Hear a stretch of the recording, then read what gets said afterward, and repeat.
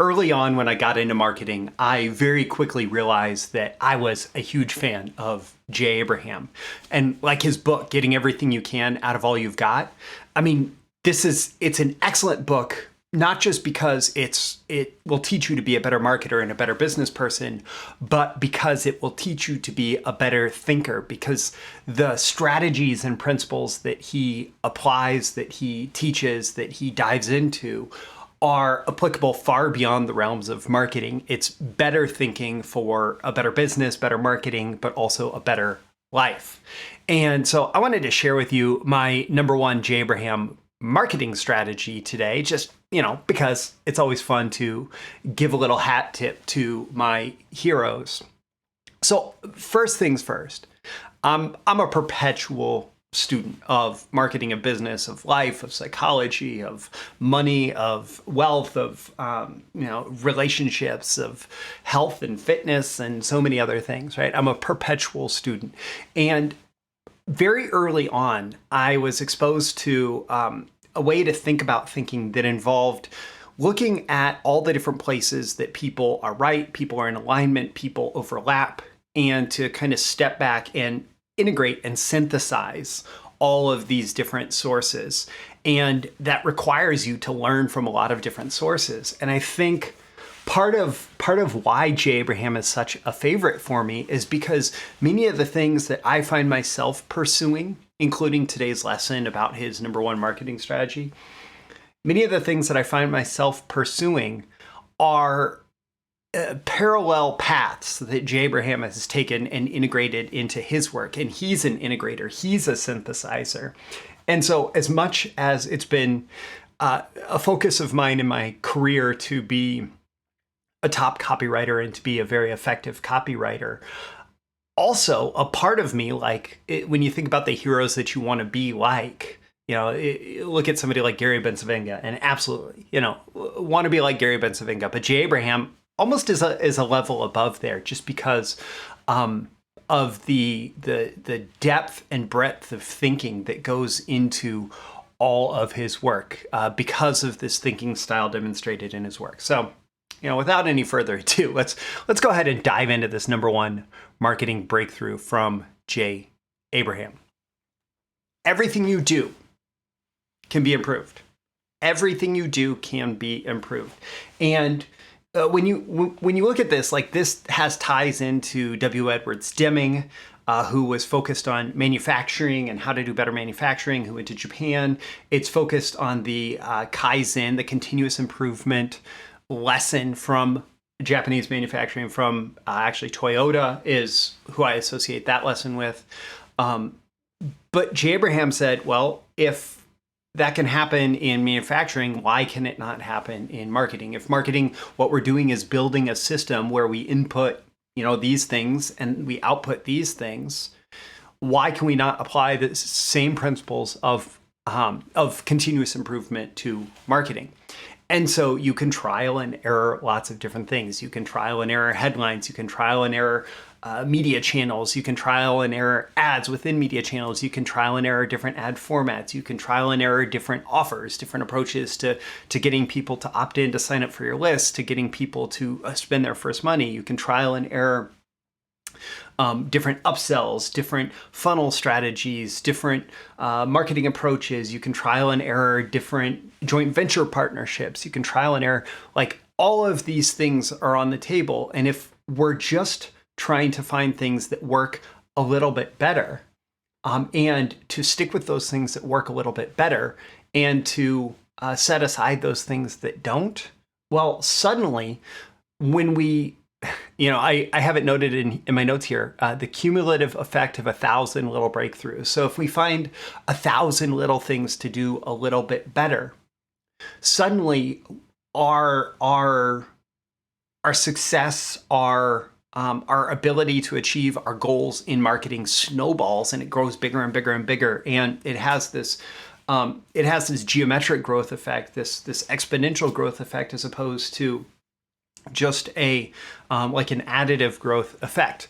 And the other thing that happens when you are trial and erroring lots of different things, when you're aiming for just continual improvement a little bit and a little bit and a little bit and a little bit at a time, like I said, one of the things that happens is some of the things that you do have an outsized impact on results. So applying the 80-20 rule, 80-20 principle, 20% of the things are going to be dramatically worse, right? And 80% are going to be the same or better, right? But also 20% of the things are going to be dramatically better and 80%.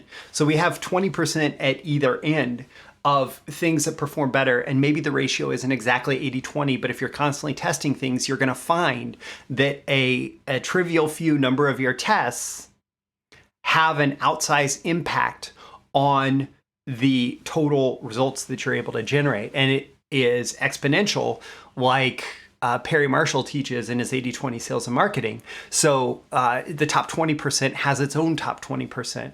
And so if you test 1,000 things, you may have 200 things that work reasonably better. But then within those 200 things, you're going to find 40 things which work dramatically better than that. And you're going to find 8 things which work dramatically better than that. And you're going to find 2 things which work dramatically better than that.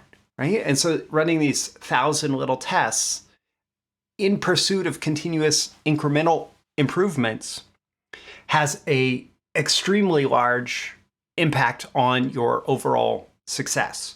And this type of thinking, like this got instilled in me early when I became a marketing testing expert by working with my very first client, David Bullock, who was teaching advanced statistical models for marketing testing, right? Actually pulled from manufacturing too, pulled from the world of Deming, pulled from the world of Toyota.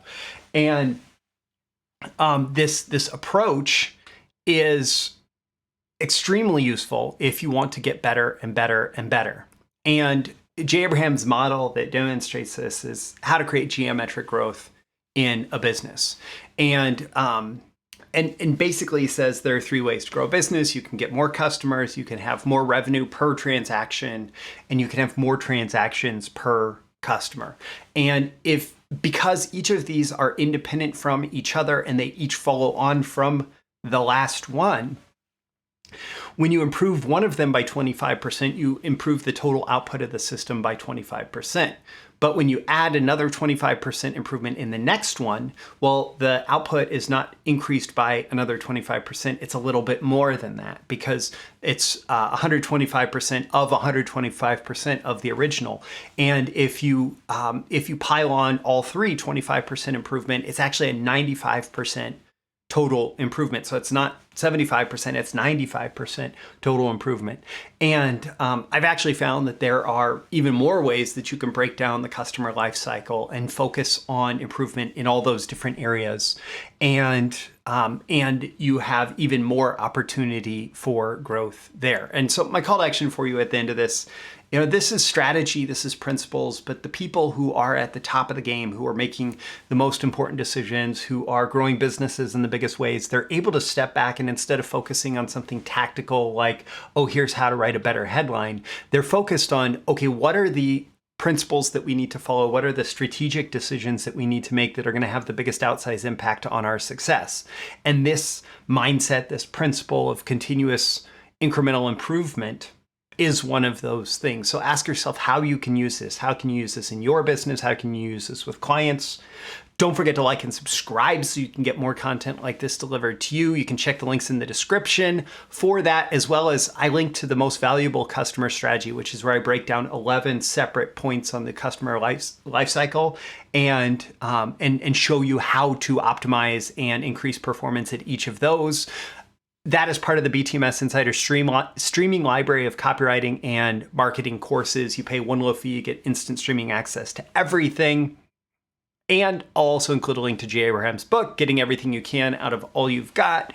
Don't let the fact that this was published almost 2 decades ago, maybe it is a full 2 decades ago at this point, but don't let that fact dissuade you, because these principles are the eternal principles of successful business.